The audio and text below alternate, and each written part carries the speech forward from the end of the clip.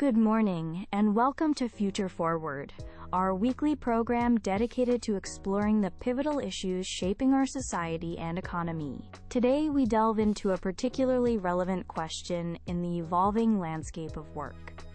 Should the government provide financial or other forms of support to companies that are helping their employees transition to a sustainable work-from-home model? It's a topic with significant implications for businesses, employees, and the broader economy. Joining us to debate this are two distinguished guests, Mr. David Miller, a business consultant and strong proponent of government assistance in this area, and Dr. Emily Carter, an economist who advocates for a more market-driven approach. Welcome to you both. Thank you, Sarah. I firmly believe that government support for companies transitioning to work-from-home models is not merely an expenditure, but a strategic investment in the future of work, one that promises substantial and varied returns. The evidence increasingly points towards enhanced productivity and notably higher employee satisfaction when well-structured work-from-home arrangements are implemented. Beyond the individual employee benefits, businesses themselves stand to gain significantly from long-term reductions in operational costs.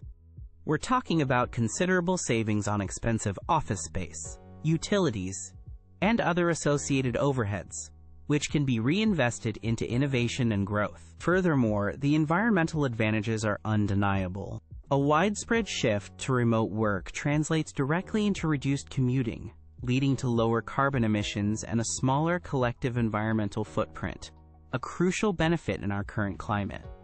This transition also champions inclusivity, opening doors for talented individuals with disabilities or those residing in geographically remote areas who might otherwise be excluded from traditional office-based roles. To accelerate these positive outcomes, especially for small and medium-sized enterprises, which are the backbone of our economy, targeted government support is essential. This could take the form of tax incentives for establishing effective home office setups, grants to bolster crucial cybersecurity infrastructure, or subsidies for training managers in the nuances of leading remote teams. Such measures would empower SMEs to adapt and compete effectively in this new paradigm. It's important to clarify that the objective here isn't to create a system of indefinite support. Rather, the aim is to provide a temporary catalytic impetus to facilitate a major, beneficial societal shift towards more flexible, resilient, and ultimately more productive work arrangements for everyone involved.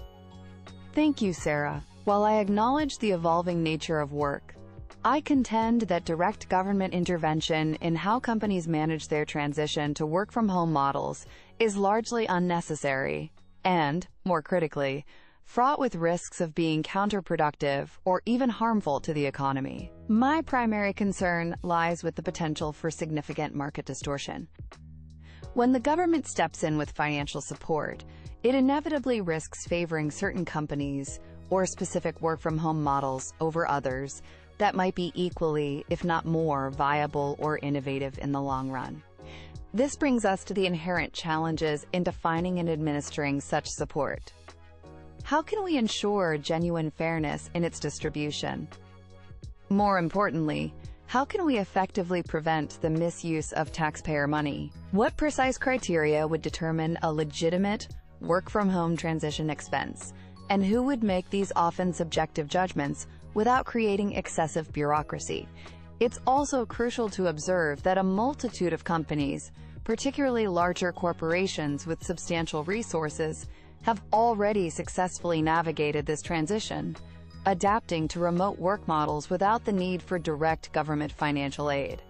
This clearly demonstrates that such adaptation is feasible through private investment and strategic internal planning. I believe a more prudent approach involves the government focusing on broader economic policies that benefit all businesses and employees, such as investing in and ensuring universal access to high-speed, reliable internet infrastructure, rather than resorting to company-specific subsidies. Finally, there's a very real risk of fostering a culture of dependency on government aid. Instead of encouraging innovation, resilience, and independent problem-solving within companies. Such subsidies might inadvertently stifle these vital entrepreneurial characteristics, leading to a less dynamic and adaptable business sector. Dr. Carter raises valid points about market distortion, but I believe these concerns can be substantially mitigated through carefully targeted support mechanisms. For instance, assistance could be specifically directed towards small and medium-sized enterprises, which often lack the capital reserves of larger corporations, or focused on essential infrastructural upgrades like robust cybersecurity measures or cloud technology adoption, which benefit the entire ecosystem. While it's true that some larger, well-resourced companies have adapted independently, this doesn't reflect the reality for many smaller businesses. These SMEs often face significant upfront costs and may lack the specialized expertise required for a seamless and secure transition. Government support in this context isn't about propping up unviable businesses. It's about leveling the playing field and ensuring that these vital contributors to our economy are not left behind. This, in turn, stimulates wider economic benefits and fosters innovation across the board. The fundamental objective, I must reiterate, is not to pick winners or losers. It is to act as a catalyst for a widespread transition that promises clear and substantial societal advantages, including improved environmental outcomes through reduced emissions and enhanced work-life balance leading to a healthier, more engaged workforce. Mr. Miller's suggestion of targeted support sounds appealing in theory, but I remain skeptical about the government's practical ability to design and implement such programs effectively. Historically, such initiatives, however well-intentioned, often become mired in excessive bureaucracy and administrative inefficiency. There's also the significant risk of unintended consequences, where the support doesn't reach its intended recipients or creates new distortions. Furthermore, the fairness argument persists. Consider the companies that proactively and prudently invested their own capital, sometimes making difficult financial decisions, to transition their operations to remote work. Why should these early adopters, who demonstrated foresight and resilience, now find their competitors receiving government assistance, potentially putting them at a competitive disadvantage for having been proactive? This hardly seems equitable. Ultimately, I believe that market forces, driven by competition and consumer demand, are generally far more efficient at determining the most viable, innovative, and sustainable work-from-home models. Government intervention, even if, targeted, risks stifling this organic process of discovery and the emergence of diverse, tailored solutions that truly meet business needs. Thank you both for those insightful rebuttals. Let's delve a little deeper. Mr. Miller, Dr. Carter raises a pertinent point regarding the practical difficulties in defining and equitably distributing support. What specific, measurable criteria would you propose for companies to qualify for government aid to ensure transparency and fairness in the allocation process? That's a crucial consideration, Sarah. Transparency and fairness would be paramount. Qualifying criteria could include the size of the business, perhaps focusing on SMEs below a certain revenue or employee threshold, as they are often most in need. We could also require companies to present a clear transition plan, outlining specific investments in technology, cybersecurity, and employee training. Support could be tied to demonstrable progress in implementing these plans, possibly verified through milestones.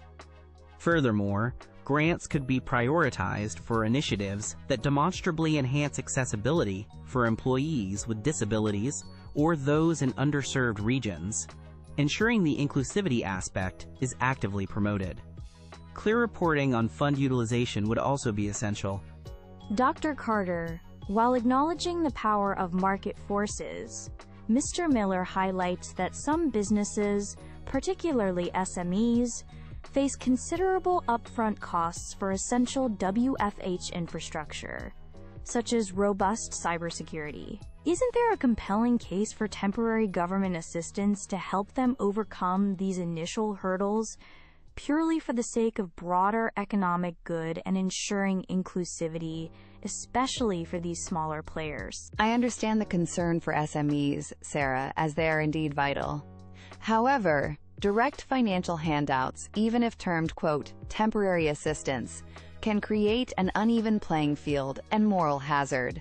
Instead of subsidies for individual companies, I would advocate for government efforts that indirectly lower these barriers for all. This could include fostering a competitive market for cybersecurity solutions, perhaps through public-private partnerships that develop affordable, scalable security packages for SMEs.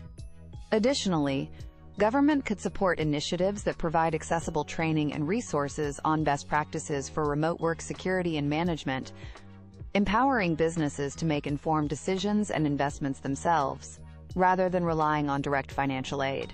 Mr. Miller, a follow-up for you. Considering the risk that Dr. Carter alluded to, companies becoming overly reliant on this support, how would you design a program to ensure that such aid genuinely functions as a temporary boost, a catalyst for transition, rather than evolving into a permanent subsidy that businesses come to expect? That's a critical design element. The support should be explicitly time-limited from the outset, with clear sunset clauses.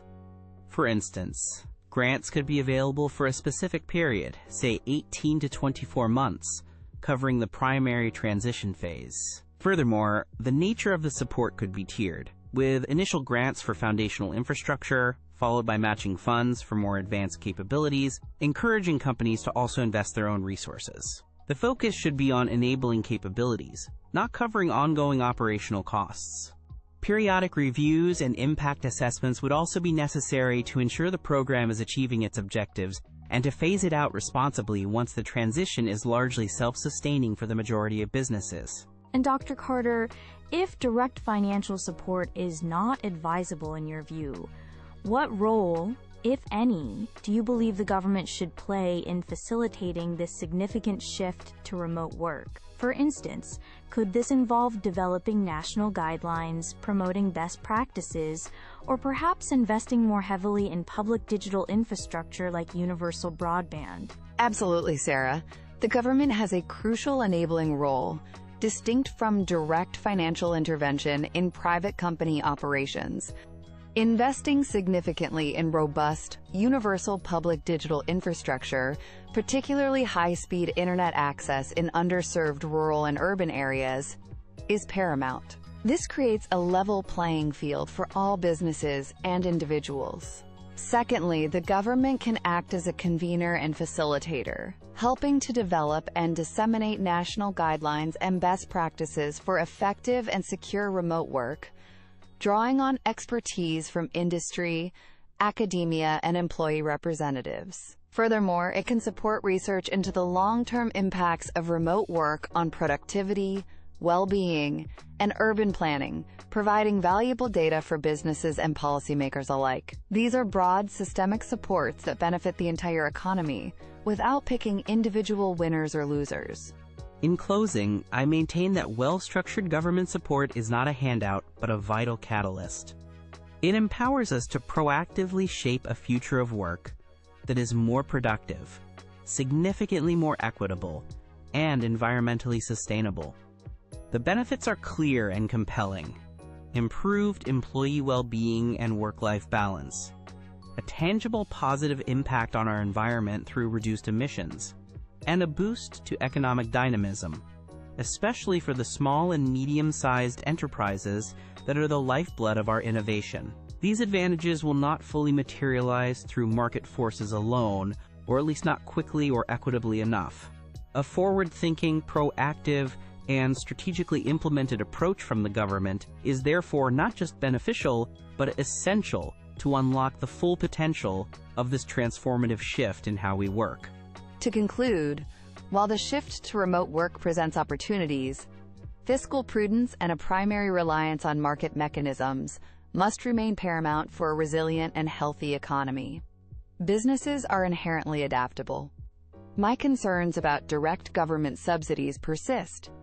The inherent risks of inefficiency in allocation, the fundamental unfairness to proactive companies, and the very real danger of fostering long-term dependency on state aid, which stifles true innovation. The government's most effective role lies not in direct financial intervention with specific firms, but in ensuring a stable macroeconomic environment, investing in truly public infrastructure like universal broadband, and fostering fair competition. This empowers all businesses to innovate, adapt, and thrive independently in response to evolving circumstances, such as the work-from-home trend.